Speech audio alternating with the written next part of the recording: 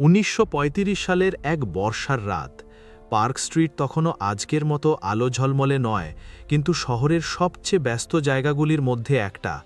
সেই রাতেই একটা পুরনো কালো ট্যাক্সির ভেতর পাওয়া যায় এক তরুণীর নিথর দেহ, মুখে যেন হালকা হাসি, হাতে একটা সাদা গোলাপ।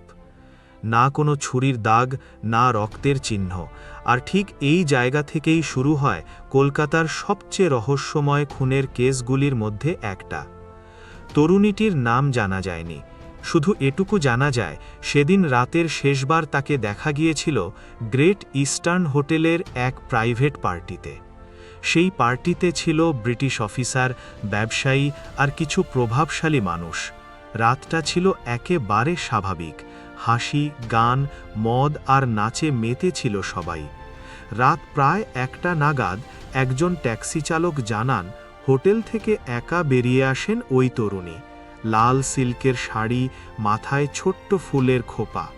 তিনি পার্ক স্ট্রিট ধরে ট্যাক্সিতে উঠেছিলেন, কিন্তু এরপর যেন হাওয়ায় মিলিয়ে গেলেন।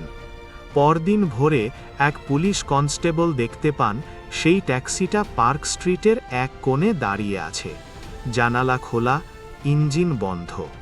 গিয়ে দেখা যায় ট্যাক্সির পেছনের সিটে নিথর দেহ পড়ে আছে তরুণীর। মুখে আঘাত নেই, পোশাক অক্ষত, হাতে একটা গোলাপ। ট্যাক্সি চালক উধাও।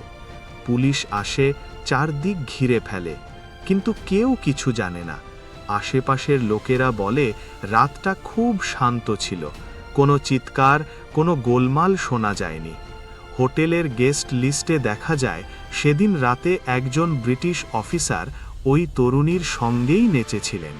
কিন্তু আশ্চর্য ব্যাপার, পার্টির পর থেকে তিনি উধাও। হোটেলের লগবুক হারিয়ে যায়। ওয়েটার, যারা সেদিন তাকে শেষবার দেখেছিল, তারাও উধাও, যেন কেউ ইচ্ছে করেই সব প্রমাণ মুছে ফেলছে। পোস্টমর্টেমে দেখা যায় তরুণীর শরীরে কোনো মারধরের চিহ্ন নেই, বিষও পাওয়া যায়নি। মৃত্যু যেন নিঃশব্দে হয়েছে। কয়েকদিন পর খবর আসে ওই অফিসার নাকি হঠাৎই ভারত ছেড়ে লন্ডনে চলে গেছে। পুলিশি জেরা, কিছুই হয়নি। মামলা চুপচাপ বন্ধ হয়ে যায়, যেন কিছু ঘটেনি। কিন্তু এখানেই গল্প শেষ নয়। বছর কয়েক পর থেকে রাতের বেলা অনেক ট্যাক্সি চালক দাবি করতে শুরু করে তারা নাকি পার্ক স্ট্রিট থেকে একজন মহিলাকে তুলেছিল, সাদা শাড়ি পরা, চুপচাপ। ঠিক যখন গাড়ি মোড় নেয়, পিছনের সিট খালি, যেন কেউ ছিলই না। লোকজন বিশ্বাস করে সে নাকি সেই তরুণীর আত্মা। এই কেসে আজও কোনো অফিসিয়াল উত্তর নেই। কে খুন করল তাকে? কেন প্রমাণ উধাও হয়ে গেল? কে মুছে দিল সত্যিটা?